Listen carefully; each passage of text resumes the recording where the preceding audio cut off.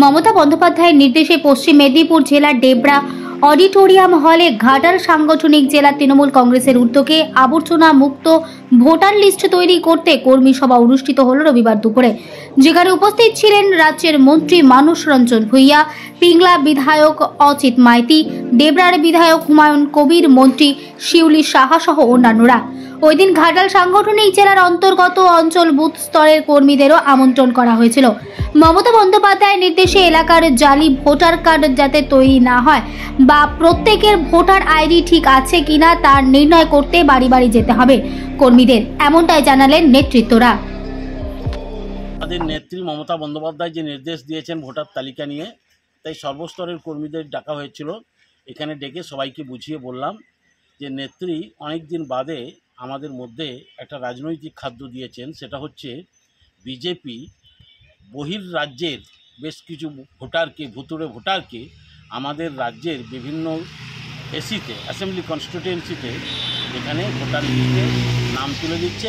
এটা online voter করার সুবাদে হচ্ছে। তাই আমরা ভোটার তালিকা সবিস্তারে আলোচনা করলাম, কিভাবে ভুতুড়ে ভোটারের নাম ঢোকালে অন্য রাজ্যে বা বাজে ভোটারের নাম ঢোকালে কিভাবে বাদ দিতে হবে, কিভাবে এসডিওর কাছে জানাতে হবে, কিভাবে বিডিওর কাছে জানাতে হবে, আমরা সবিস্তারে আলোচনা করলাম। এবং সাংগঠনিকভাবে শুধু মিটিং মিছিল নয়, ঘরে ঘরে গিয়ে যাতে এই ভুতুড়ে ভোটার অবিলম্বে বন্ধ করা যায় সেইটা আমরা সবাইকে সেই নির্দেশ দিলাম এবং বিস্তৃত আলোচনা করলাম।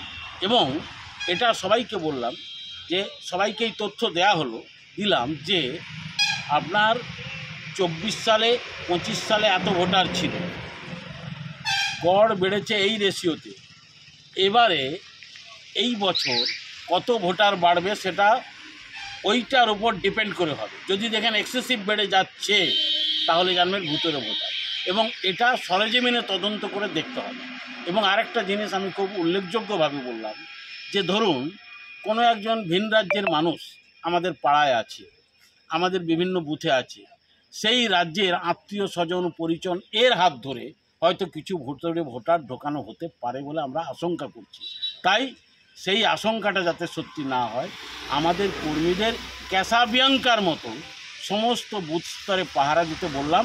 এবং প্রতিদিন আগামী 7 থেকে 10 দিনের মধ্যে সমস্ত কর্মীরা যাতে আমাদের কাছে রিপোর্ট করেন যে কোথায় কত ভোটার আর তুলতে বাকি আছে, সেই তোলারটা আমরাই করব।